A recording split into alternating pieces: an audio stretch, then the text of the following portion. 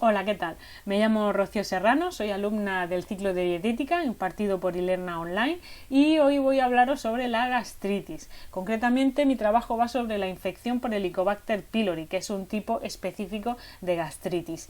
Bueno, ¿qué es la gastritis? Es una anomalía digestiva, pero es la más común de las anomalías digestivas. Se produce una inflamación a lo largo de los años o incluso décadas en la mucosa gástrica y puede derivar a una úlcera o incluso a cáncer gástrico.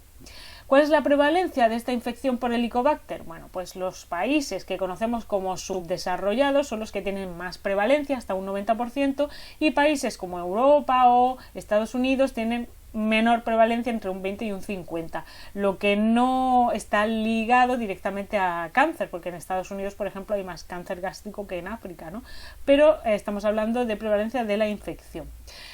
Bueno, esto podría estar causado, según dicen, que claro, los países subdesarrollados al tener menos salubridad en el agua, ¿no? Tener menos higiene, pues podría dar lugar a consumir aguas contaminadas que pueden infectar directamente a esas personas y pueden tener la bacteria. Las capas del estómago, que es donde ataca directamente esta patología, pues son 4: la mucosa, submucosa, muscular y serosa, pero es en la capa mucosa donde se van a producir las lesiones, porque es la que está en contacto directo con los alimentos, concretamente en el epitelio de recubrimiento, que realiza las funciones de secreción y protección, o sea, segrega sustancias para acidificar el medio y poder digerir los alimentos, y también sustancias como moco o bicarbonato para proteger al estómago de esa acidez, un poco balancear, ¿no? el pH. Las causas de la gastritis, ¿qué es lo que lo provoca? Pues podría ser factores exógenos que son externos a la persona o factores endógenos que son inherentes en la persona. Por ejemplo, los exógenos, un envenenamiento, consumir sustancias cáusticas, ¿no? Como por ejemplo lejía o salfumán, algo por el estilo, las lesiones traumáticas, quemaduras, etc. Y también, por supuesto, una dieta inadecuada con alimentos que irriten la mucosa, fármacos también que produzcan esas lesiones, sobre todo el ibuprofeno o la aspirina o este tipo de fármacos, y el alcohol, por supuesto, también es un irritante gástrico muy potente, y el cigarrillo también, el tabaco también, con la nicotina y otras sustancias que tiene el cigarro, también puede provocar gastritis porque se hace que el estómago segregue más ácido. Factores endógenos, pues por ejemplo que la persona tenga antecedentes ya y disfunción del hígado, trastornos inmunitarios, y en concreto la Helicobacter, que es la que nos interesa. Ahora veremos. Tipos de gastritis, pues está directamente asociado a las causas. Gastritis exógenas son las agudas por una dieta inadecuada, con sustancias alérgicas, picantes, etc. O fármacos como la aspirina, que producen una erosión constante. Sustancias cáusticas como el alcohol u otras, como hemos dicho, también se denominará gastritis aguda corrosiva. Ya depende de lo que la haya causado. Ese es el tratamiento que tendremos que aplicar, ¿no? En las gastritis endógenas, que son las crónicas, que son las más difíciles de tratar, como por ejemplo las autoinmunes, las químicas, que tienen menos prevalencia, pero bueno, también existen, o las por Helicobacter pylori, que son las que nos interesan. En las exógenas, simplemente con eliminar las sustancias que le están irritando, pues sería bastante más fácil, ¿no? Porque ya el estómago mejoraría bastante. En las crónicas ya tenemos que indagar un poquito más, ¿no? En concreto vamos a hablar sobre la Helicobacter pylori, que es una bacteria que se conoce hace más de 100 años, pero fue Barry Marshall, es un médico que le achacó directamente el cáncer gástrico y la úlcera, ¿no? Así como la gastritis propiamente dicha. No se entendía muy bien cómo una bacteria podía vivir en un entorno tan inhóspito como es el estómago, con tanta acidez, ¿no? Pero luego se descubrió que la bacteria segrega una enzima que se llama ureasa, que neutraliza ese ácido, y entonces puede colonizar el estómago perfectamente.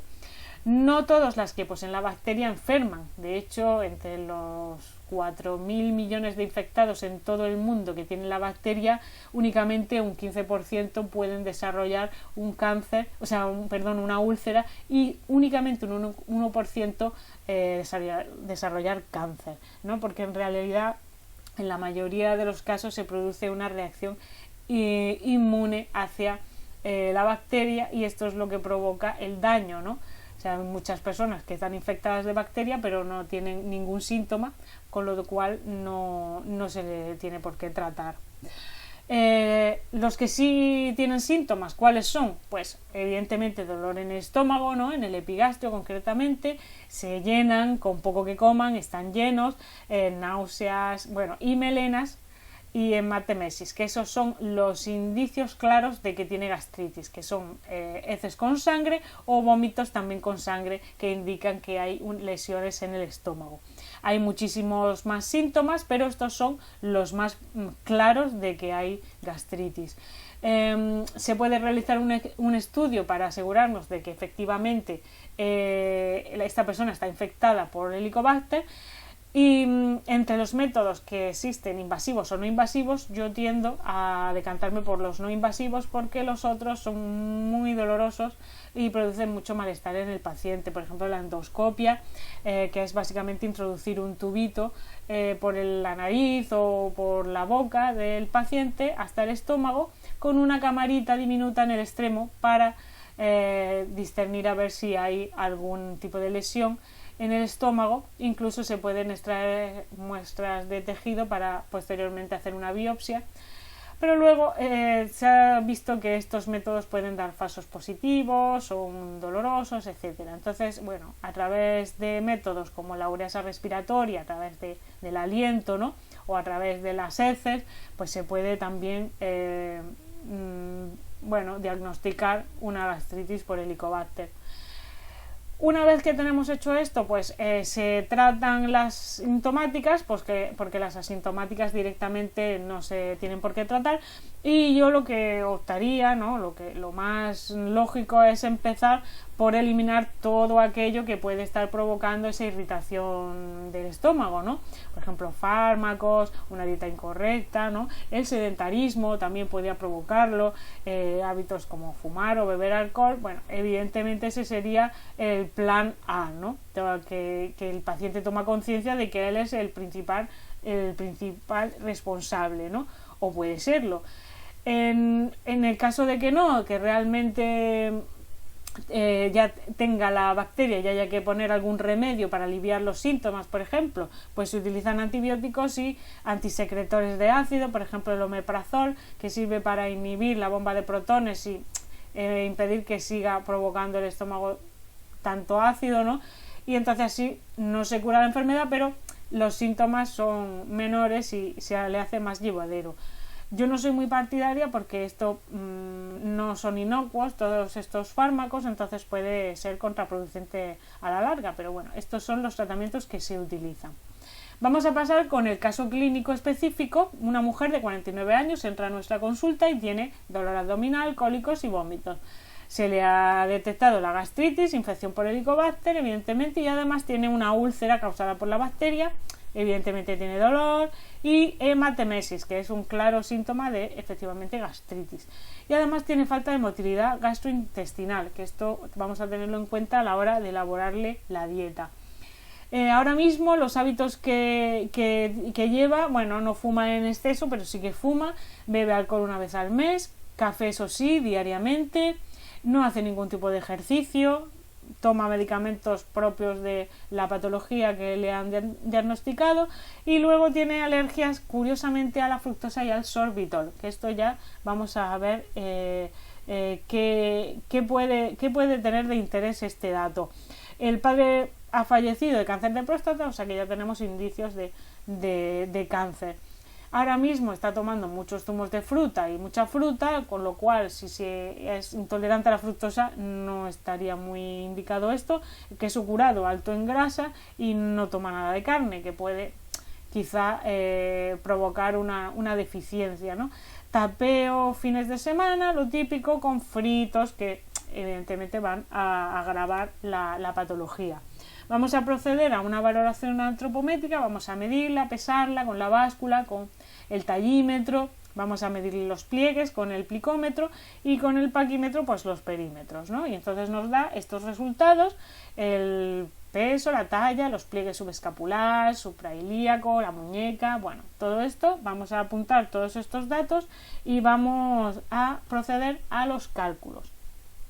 El índice de masa corporal a través de esta fórmula, que es la típica, nos da 27,22. La masa grasa, esta es la fórmula que hemos utilizado, y bueno, simplemente nos da un porcentaje que luego con una regla de 3 fácil podemos hallar los kilos de masa grasa. La masa muscular tenemos que son 20,35 y el peso ideal en mujeres de su edad sería 49 kilos. Vamos a interpretar ahora estos datos. El índice de masa corporal, nuestra paciente tiene 27,22 y lo normal para esa edad mujeres es de 18,5 a 24,9, o sea que estaríamos en un índice de masa corporal demasiado alto. El peso ideal, pues también 49 es lo normal, ella tiene 63, tenemos que aparte de la gastritis tiene también sobrepeso. Masa grasa, pues está un poquito elevada también, y la masa muscular pues está bastante baja, 31,9 cuando el mínimo serían 33. Entre los parámetros bioquímicos, ¿no?, del análisis de sangre, quiero destacar el colesterol, que lo tiene a 240 miligramos por decilitro, cuando lo normal son 200 miligramos por decilitro.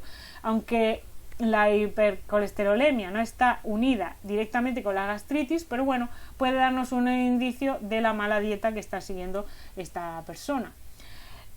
¿Cuáles son sus requerimientos? Pues el gasto energético utilizando esta fórmula serían 1311,62 y vamos a añadirle las calorías propias del efecto térmico de los alimentos y las calorías del ejercicio físico, que como es una persona que no realiza ningún tipo de ejercicio, es sedentaria, pero sí está de pie todo el día porque su trabajo lo requiere, es camarera de un hospital, pues vamos a añadir 145 kilocalorías. En total serían unas 1599.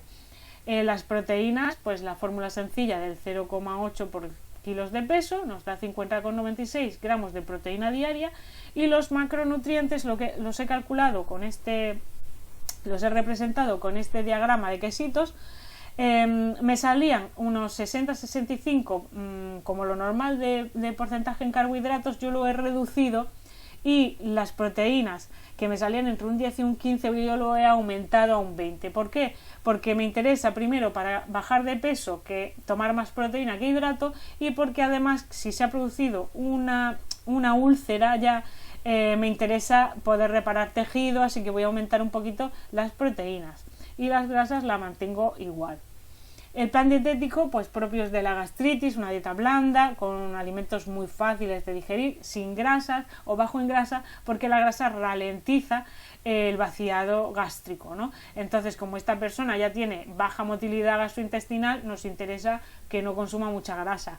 Vamos a reducir a 1200 kilocalorías, o sea, un 30% menos de las 1600 requeridas, porque esta persona también tiene sobrepeso y me interesa que durante unos 5 días máximo esté consumiendo una dieta hipocalórica, no más para no ralentizar el metabolismo, pero para animarla y empezar un poco a bajar de peso.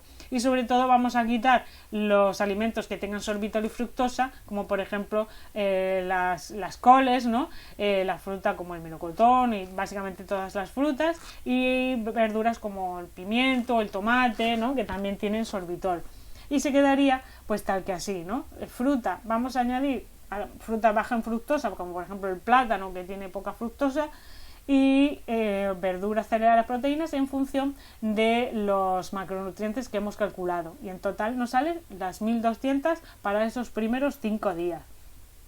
¿Recomendaciones que le podemos dar? Pues lo típico, ¿no?, para todo el mundo, ¿no? Comer despacio, masticar bien, pero más interesantes en su caso, porque tenemos que evitar que el estómago siga sufriendo. Entonces, no beber líquidos durante la comida, comer tempranito, no comer de más, o sea, parar un poquito antes de sentirse saciado, ¿no? Para promover el vaciado y que no esté el estómago dando vueltas demasiado tiempo, porque se segrega también más ácido. Vamos a motivarle a empezar a hacer un poco de deporte, aunque sea un mínimo 3 veces a la semana, ¿no? La preparación de los alimentos, que no utilice cocciones muy agresivas, sino más bien suaves, hervidos, al vapor, para no alterar las grasas y para no generar muchas toxinas, ¿no? Actividades relajantes para poder contrarrestar el estrés, porque el estrés está asociado también a agravar la patología.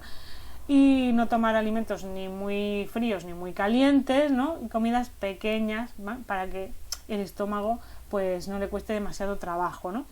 Lista de alimentos, pues los condimentos que sean salsas, grasas, evitar totalmente, picantes, con nata, todo eso, porque ralentizan la digestión. Utilizar más bien hierbas aromáticas. Frutas, eliminar las altas en fructosa, los zumos, por supuesto. Y consumir las frutas cocidas o el plátano, por ejemplo. Carnes fibrosas, grasas, también son muy difíciles de digerir, mejor pescado. Los lácteos descremados, mejor que los que tienen mucha grasa. Vamos a quitar la bollería, vamos a optar por el arroz basmati, trigo sarraceno, que son más fáciles de digerir. Las legumbres, vamos a pasarlas por el pasapuré para facilitar también la digestión, o en el caso de las lentejas, que son más digestivas, las podemos tomar también sin triturar. Verduras sí, cuanto más cocidas mejor, o en puré. Las crudas, como en ensaladas, tomar en pequeña cantidad, como endivias, escarola, todo esto. Bebidas, pues quitamos el alcohol, el café, que también puede agravar, y optamos por infusiones suaves. El limón, que aunque sea un ácido, puede ayudar en la gastritis. Y quitamos los azúcares, optamos por estos edulcorantes, y las grasas, por supuesto, también cuanto más en crudo mejor. Un menú así ejemplo, he cogido 3 días clave, ¿no? Vamos a quitar, lo he puesto con dibujitos para que se vea un poco más claro. Vamos a quitar de momento los lácteos porque pueden incitar al vómito, así que vamos a optar por leches vegetales, desayuno leche de almendras o leche de soja, ¿no? Y un día a lo mejor simplemente tomar una infusión en lugar de tomar tostadas o avena, para darle un poco de descanso al estómago. A media mañana, pues lácteos descremados, un yogur, o por ejemplo nueces o almendras, un par de onzas de chocolate negro o con bajo contenido en azúcar. Comida, pues podemos tomar pescado acompañado de un puré o verduras cocidas, o por ejemplo una sopa o un guiso de legumbres muy bien cocinadito todo, o por ejemplo unos fideos de soja o de guisantes que son fáciles de digerir con verduritas, un salteado ligero. Merienda, pues un queso descremado con una infusión, o por ejemplo una tostada con huevo para el tema de la proteína, o con pavo, ¿no? También bajo en grasa, alto en proteína. Y una cena ligerita como una sopa de pescado, una crema de verduras, o también un plato de pescado con una guarnición de verdura, también podría valer. Y podríamos acompañarlo con una papaya o fruta como con bajo contenido en fructosa, lógicamente. Aunque he dividido en 6 comidas diferentes, yo le aconsejaría al paciente que hiciera nada más que 3, o sea que juntara desayuno y media mañana, comida, merienda, cena, recena, con la finalidad de que no esté el estómago todo el día comiendo y generando ácido, ¿no? Un poco juntar las 6 comidas en 3. Un plato así, ejemplo, por ejemplo, un guiso de lentejas, ¿no? Con cold cake. Con verduritas, lentejas que son más fáciles de digerir. Estos son los ingredientes que serían todo bien cocinado, pescado blanco bajo en grasa, con las cantidades, y los porcentajes de macronutrientes que nos salen se aproximan muchísimo a lo que nos interesa. A 22% de proteína está muy bien, hidratos 53, teníamos 55 y grasas 25 clavado. Y 586 de kilocalorías, que me parece bastante correcto para una comida. ¿Cómo podemos educar a este paciente? Pues primero tenemos que darle confianza, ¿no? Que nosotros vamos a estar ahí, darle motivación, porque él es en primera instancia el que tiene que empezar a cambiar los hábitos, hacerle que haga un registro de su dieta unos 3 o 5 días para que tome conciencia de lo que está haciendo mal, lo que es mejorable, ¿no? Y de hacerle ver lo importante que es el tipo de alimentación que lleve en esta patología en concreto, ¿no? En todas en general, pero en esta más aún. Y bueno, le daremos unas pautas nutricionales para seguir durante un mes, luego lo iremos revisando y con esto conseguiremos que sea más fácil trabajar y que el paciente tenga más adherencia a la dieta. Si le mostramos confianza y le damos motivación, podemos hacer que tome conciencia y él se responsabilice, ¿no? Y luego, como conclusiones que yo he podido sacar a la hora de elaborar este trabajo, es que no hay tampoco no supone un motivo de alarma poseer la bacteria, que los indicios de gastritis son sobre todo que aparezca sangre en heces o en el vómito, que el uso abusivo de medicamentos podría provocar esta patología y alterar la barrera gástrica, que intolerancias como por ejemplo a la fructosa o a otro tipo de sustancia podría también ser el motivo del desencadenante de esta patología, que es mejor optar quizás por técnicas no invasivas que son igual de fiables o incluso más y no producen tanto malestar en el paciente, y que la persona debe de tomar conciencia y dejar descansar el estómago, porque básicamente es el estómago quien tiene que ir curándose, y si le estamos dando todo el día alimentos y además alimentos perjudiciales va a sufrir muchísimo más. Incluso yo recomendaría un día o 2 a la semana dieta líquida con calditos, infusiones, para que el estómago pueda recuperarse. Y nada más, espero que les haya parecido entretenido. Muchas gracias por escucharme y nada, ha sido un placer.